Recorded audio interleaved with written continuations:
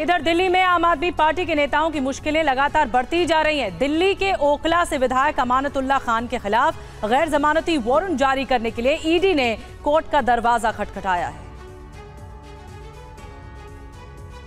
आप नेता अमानतुल्लाह खान को ईडी ने बुधवार को पूछताछ के लिए समन किया था, लेकिन वो हाजिर नहीं हुए। इसके बाद राउज एवेन्यू कोर्ट में ईडी ने उनके खिलाफ गैर जमानती वारंट जारी करने को लेकर याचिका दायर कर दी है। कोर्ट मामले में अगली सुनवाई 18 अप्रैल को करेगी। मामला Delhi Waqf board money laundering से जुड़ा है। सुनवाई के दौरान ईडी के वकील ने कोर्ट से इस मामले में कुछ दस्तावेज दाखिल करने के लिए समय की मांग की, जिसे कोर्ट ने मान लिया।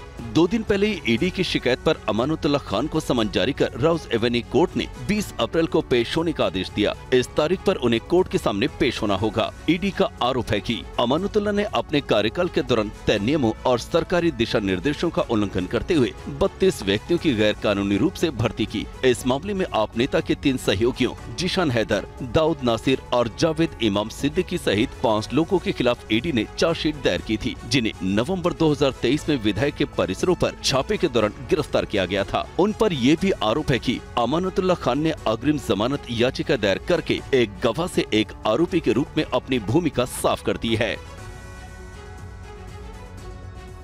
और भ्रष्टाचार के खिलाफ खड़ी हुई आम आदमी पार्टी के भीतर से ही अब इस मुद्दे को लेकर सवाल उठाए जा रहे हैं। केजरीवाल के जेल जाने के बाद उनकी सरकार में मंत्री रहे राजकुमार आनंद ने नैतिकता और विचारों का हवाला देकर इस्तीफा दे दिया। आम आदमी पार्टी को लगातार झटके पर झटके लग रहे हैं। सरकार के 9 प्रभार वाले मंत्री राजकुमार आनंद ने नैतिकता का हवाला देते हुए अपने पद से इस्तीफा दे दिया। मेरे लिए मंत्री पद पर रहकर इस सरकार में काम करना असहज हो गया है।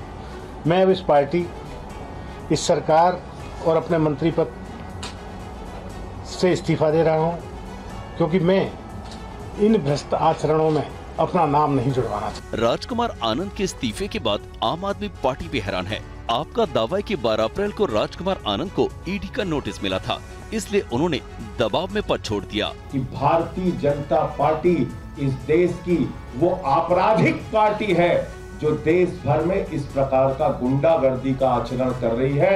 ईडी सीबीआई का इस्तेमाल करो, विधायकों मंत्रियों को तोड़ो और अपनी पार्टी में शामिल करो।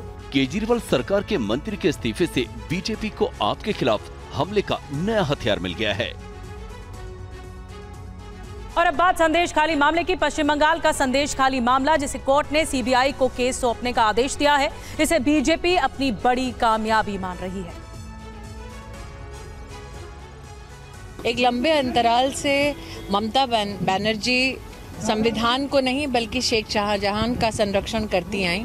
केंद्रीय मंत्री स्मृति ईरानी ने कलकत्ता उच्च न्यायालय के उस आदेश का स्वागत किया है, जिसमें पश्चिम बंगाल के संदेशखाली मामले की जांच सीबीआई को दी गई है। संदेशखाली की महिलाओं को और गरीबों को विशेष इंसाफ दिलाने का ये पहला पड़ाव है।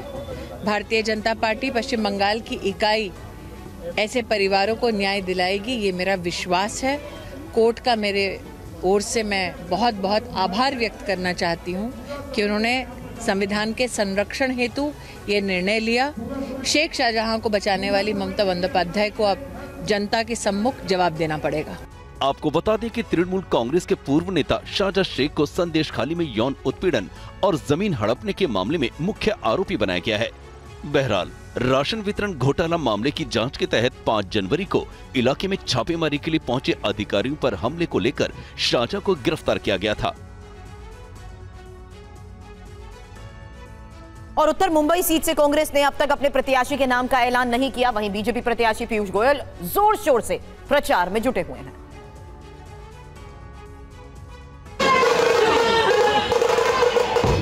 उत्तर मुंबई महायुति का गढ़ है, जहां इन दिनों बीजेपी ने चुनाव प्रचार में अपनी पूरी ताकत झोंक रखी है। बीजेपी प्रत्याशी पीयूष गोयल और डिप्टी सीएम देवेंद्र फडणवीस ने कांदिवली में चुनाव कार्यालय का उद्घाटन किया। पहली बार रामनवमी 17 तारीख को मनने जा रही है। अयोध्या में प्रभु श्री राम अपने घर में विराजमान है। मैं समझता हूँ पूरा देश और पूरा उत्तर भारतीय समाज विशेषकर इतना उत्साहित है कि आज एक भी उत्तर भारतीय वोट भाजपा और हमारे मित्र पक्ष को छोड़कर बाहर नहीं जाए। चुनावी सभा को डिप्टी सीएम देवेंद्र फडणवीस ने भी संबोधित किया। उन्होंने कहा कि पीएम मोदी ने अगले 5 साल में विकसित भारत की जो तस्वीर बनाई है वो देखने को मिलेगी। 10 साल तो ट्रेलर था, पिक्चर अभी बाकी है। अगले 5 साल में पिक्चर देखने को मिलेगा। अगले 5 साल में विकसित भारत की ओर हम जाएंगे। और उत्तर प्रदेश के संभल में चुनावी सभा के दौरान रक्षा मंत्री राजनाथ सिंह ने समाजवादी पार्टी और कांग्रेस पर तंज कसा है। समाजवादी पार्टी के बार बार उम्मीदवार बदलने को लेकर राजनाथ सिंह ने क्या कुछ कहा, आइए देखते हैं ये रिपोर्ट। समाजवादी पार्टी के पास कोई काम नहीं है। समाजवादी पार्टी केवल एक काम कर रही है, सोमवार से लेकर रविवार तक रोज कैंडिडेट बदल रही है।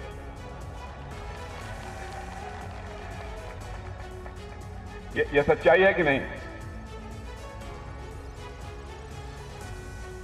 अब मुझे लगता है कि 2024 का जो चुनाव हो जाएगा उसके बाद लोग कहेंगे सपा। सपा मतलब समाप्त पार्टी।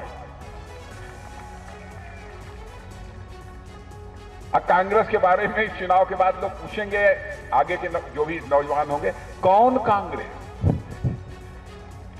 कांग्रेस किसे कहते हैं? यह हालत इन लोगों की होती जा रही है। मेरे बहनों भाइयों, साइकिल पंचर हो गई है, टायर गए हैं खुल। पंजाबी लटक कर गया है झूल।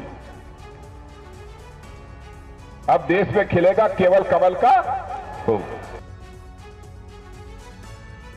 और समाजवादी पार्टी का घोषणा पत्र जारी करते हुए अखिलेश यादव ने कई मुद्दों को लेकर बीजेपी पर सवाल उठाए। जाति जनगणना समेत अखिलेश ने पार्टी के घोषणा पत्र में महिला और युवाओं और किसानों से जुड़े 10 बड़े वादे किए। लोकसभा चुनाव के लिए प्रचार चरम पर है। सभी दल एक दूसरे पर जुबानी तीर छोड़ रहे हैं। समाजवादी पार्टी प्रमुख अखिलेश यादव ने कहा कि बीजेपी झूठ का सहारा ले रही है, जनता से झूठे वादे कर रही है। भारतीय जनता पार्टी झूठ का सहारा लेकर के काम कर रही है। इनकी हर बात झूठी है, झूठे वादे जनता से किए हैं। इससे ज्यादा खतरनाक काम लोकतंत्र में और क्या हो सकता है? जिन्होंने कहा किसान की आय दोगुनी होगी, हजारों किसान आत्महत्या कर लिया एमएसपी के लिए। अखिलेश ने बेरोजगारी के मुद्दे पर बीजेपी को घेरा कि 10 साल में सबसे ज्यादा बेरोजगारी बढ़ी है और बेरोजगारी का पैमाना ये है कि आज 90% नौजवान बिना नौकरी बिना रोजगार के हैं। तो आखिरकार इसका जवाब क्या है इनके पास? जो नौकरी नहीं देती है और अगर नौकरी मिल गई तो नौकरी आपकी छीनते हैं। अखिलेश ने पेपर लीक के मुद्दे पर भी बीजेपी को घेरते हुए कहा कि जहां जहां बीजेपी की सरकार थी वहीं पर ये काम हुआ।